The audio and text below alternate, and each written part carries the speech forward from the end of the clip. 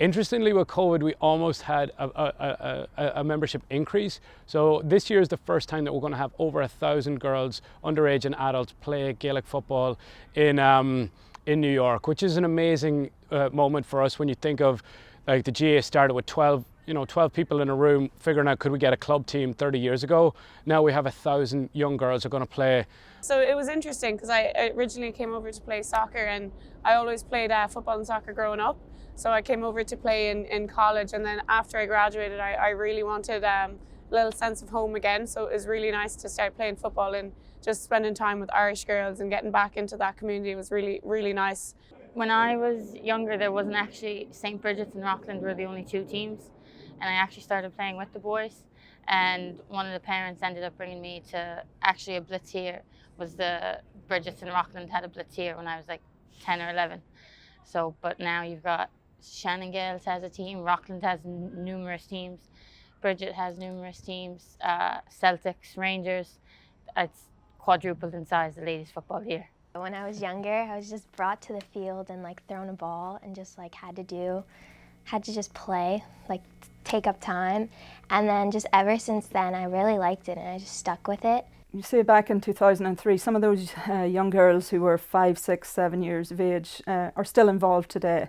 And a lot of them now are the leaders within their clubs. On the other side, in the underage programme, a lot of our coaches are former players whose kids are now playing and they have gotten involved in that. And so it has brought in a whole new dimension of people who would never have been involved in just the adult game, but who have really taken on the underage game, and that's brilliant to see. Well, now I'm training with the New York team, and then I played senior with Kerry Donegal. It's actually really fun. I enjoy it. There's like, it's more competitive, and like it's just like a good like way to grow, and like I'm learning from like all the different people there and like the coaches as well.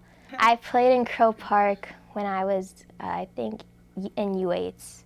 That was really fun. It was like halftime, and it was me and my older brother Ocean. We played together. But I would love to play with like a full stadium where it's just like my game, not like a little small game at halftime. Like it is great, but like I've seen my brothers do it and I just want to like do it too.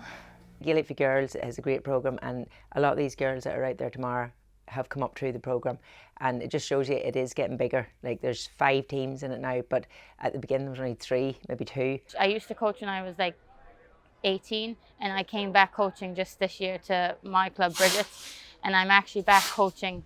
It's nice to see. I had these girls when they were under 8, under 10, and now they're U15s, and I still have the same girls, and it's nice, really great to see that they haven't gotten lost along the way, and they're coming back now to keep playing, and they'll be out here in a few years' time.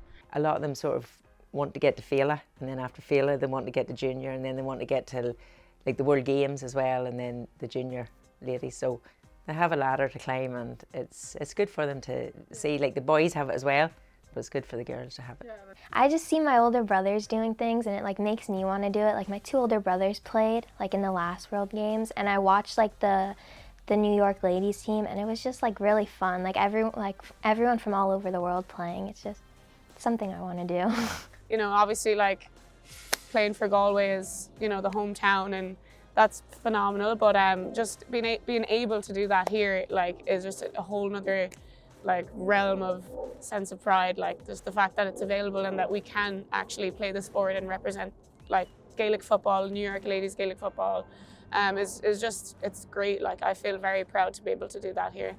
I was just learning this year like that there's so many Irish people here, and everyone's so welcoming that no matter what, like you'll always find a place to be, something to do. And I'm still learning about all the different types of people that you can get to know.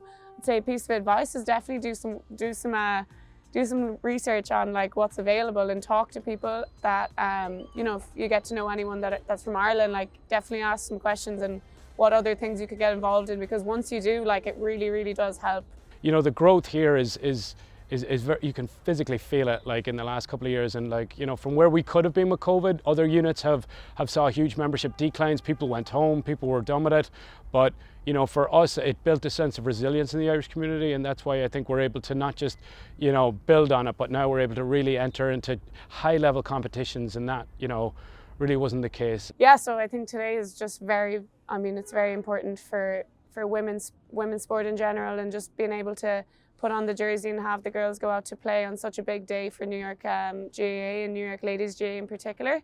I think it's just really important to get some eyes on the game and just see what we have, like the talent that we have here in New York, and all the girls that are able to just go out and be really competitive and have a fantastic game. So it'll be lovely to just have all the eyes on the women's in the morning, and then just enjoy the rest of the day after then.